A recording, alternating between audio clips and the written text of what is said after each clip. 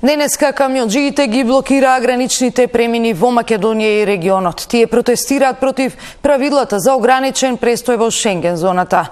Превозниците предупредуваат дека ако не се реши проблемот, транспортната индустрија и целата економија се соочуваат со колапс. Бараат изземање од правилото за престој во ЕУ или да се издадат 5-годишни визи за возачите. Срџан Стојанчов е на граничниот премин меѓу Македонија и Косово. Него го вклучуваме директно во овие вести. Срџан, каква е состојбата на Блаце во моментов? Да, Билјана, се наоѓаме на терминалот на Блаце на границата кон Косово. Точно напладне камионџиите почнаа со најавената блокада, која според најавеното треба да трае 7 дена. Тие протестираат против правилата за престој на Европската Унија, со кои што, како и на сите други граѓани и туристи, им се овозможува да престојуваат на територијата на Шенген зоната 90 во 180 дена. А повод за протестот е воведувањето на новиот електронски систем за броење за влез и излез од Европската Унија, односно од Шенген зоната, со кој што веднаш ќе се знае колку дена биле тие таму.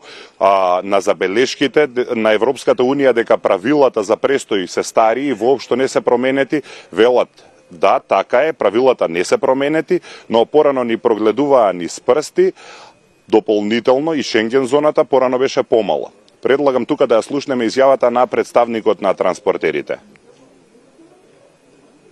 Оваа регулатива е многу стара, меѓутоа сега со воведување на новиот електронски систем за контрола на границите, порано требаше да ги бројат печатите, деновите и ни прогледуваа низ прсти, додека сега со самото појавување на граница самиот систем ќе исфрли колку дена си и ние ќе бидеме оневозможени за влез во ЕУ.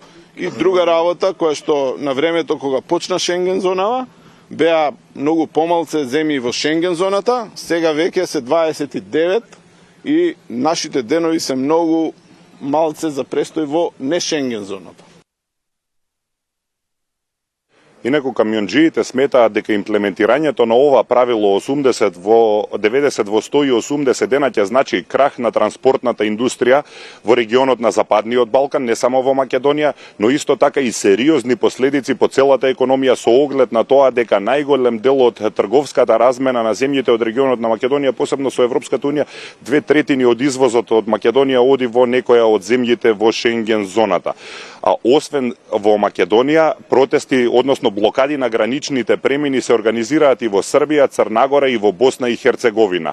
Во Албанија и во Косово нема блокади, но транспортерите велат дека имаат поддршка и од нивните албански и косовски колеги, но кај нив не се организираат протести затоа што возачите не се организирани во асоциации. Исто така, Турција не учествува во протестот, турските превозници, но даваат поддршка и, како што ни кажаа, турските превозници ќе учествуваат во протестот така што нема да го заобиколуваат регионот на Западниот Балкан, туку ќе одат по своите вообичаени рути за да направат поголема гужва и поголем притисок врз Европската комисија. Возачите инаку бараат од Европската комисија промена на правилата. Решението го гледаат на два начини. Според европските директиви, од броењето на денови се изземани екипажите на авионите, бродовите и возовите. Тие бараат, тука го гледаат едното можно решение и возачите на камиони исто така да бидат иземени од броење на деновите, или пак од друга страна за нив да нема безвизен режим и да не возат со туристички визи, туку да добиваат 5-годишни визи со кои што ќе може да работат во Европската Унија. Беше најавено дека ќе се блокираат граничните премини кон Шенген зоната, но подоцна дополнија дека и директно и индиректно, затоа се блокирани и границите кон Косово и кон Албанија, затоа што преку Косово и Албанија може со траек да се стигне во Италија, односно во Шенген зоната. Напладне почна блокадата за излез од Македонија, но вечерва на полноќ ќе почне целосна блокада на граничните премини и за влез во Македонија. Тоа го прават, како што рекоа, за да им се овозможи на македонските возачи кои се некаде во странство, за да може да си дојдат дома и да го завршат и да се придружат на протестот. Инаку не е блокиран патниот сообраќај, блокиран е само товарниот сообраќај, затоа и сме тука на терминалот каде што поминуваат камионите, а не на граничниот премин до нас каде што се одвива патничкиот сообраќај меѓу двете земји.